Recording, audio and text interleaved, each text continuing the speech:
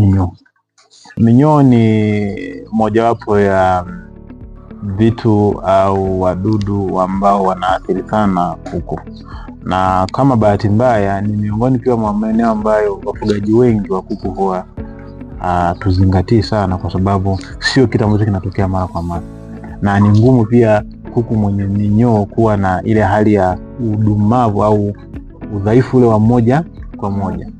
Wakati fulani kuku mwenye minyoo anaweza kawa tu yuko vizuri, amechangamka, hajadhoofika sana, labda minyoo hiyo kwa kiwango kikubwa sana, lakini hasara ya uwepo wa minyoo kwenye mwili wa mnyama unaweza kupelekea vitu vikubwa vile vitatu. Moja, unapunguza kiwango cha lishe ambacho mnyama anakula.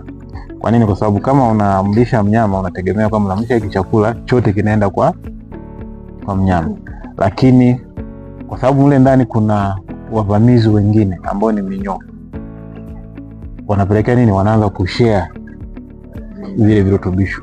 Kwa si virutubisho vyote ambavyo vinaenda kwa mnyama. Mwisho wa siku unamlisha mnyama vizuri, anakula lishe sawa, lakini kumbe nyingine inapotea. Kwa nini? Kwa sababu kuna wadudu hapo. Lakini pia minyoo inaweza kumwathiri mnyama kwa kusababishwa na inaweza kumpelekea stress.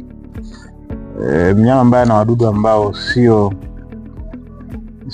sehemu ya mwili wake wanaweza kupelekea stress. Stress pia inaweza kupelekea kuku akafanya nini? Akashindwa kutaga. Kwanza nakosa virutubisho kwa sababu vingi vina, lakini pili uwepo tu wale wadudu unapelekea nini? Stress. Na karibia kwa sampuli tu ya kawaida kuku tuliochukua ni kuku wote tumekuta minyoo kama sijakusema. Na hilo tulilitegemea kwa sababu wakati tunafanya uchunguzi wa kuku, karibia kuku wote wamekonda sana. Dalili za awali za uwepo wa minyoo bandani kwako unaweza kuziona katika njia tatu. Moja ni kuku kukonda. Utajuaje kuku amekonda? Ukimshika hapa kifuani anakuwa amechongoka sana. Yaani tunaweza kusema hii nyama ya kidali inakuwa nyembamba mno. Wakati fulani imekuwa kama panga.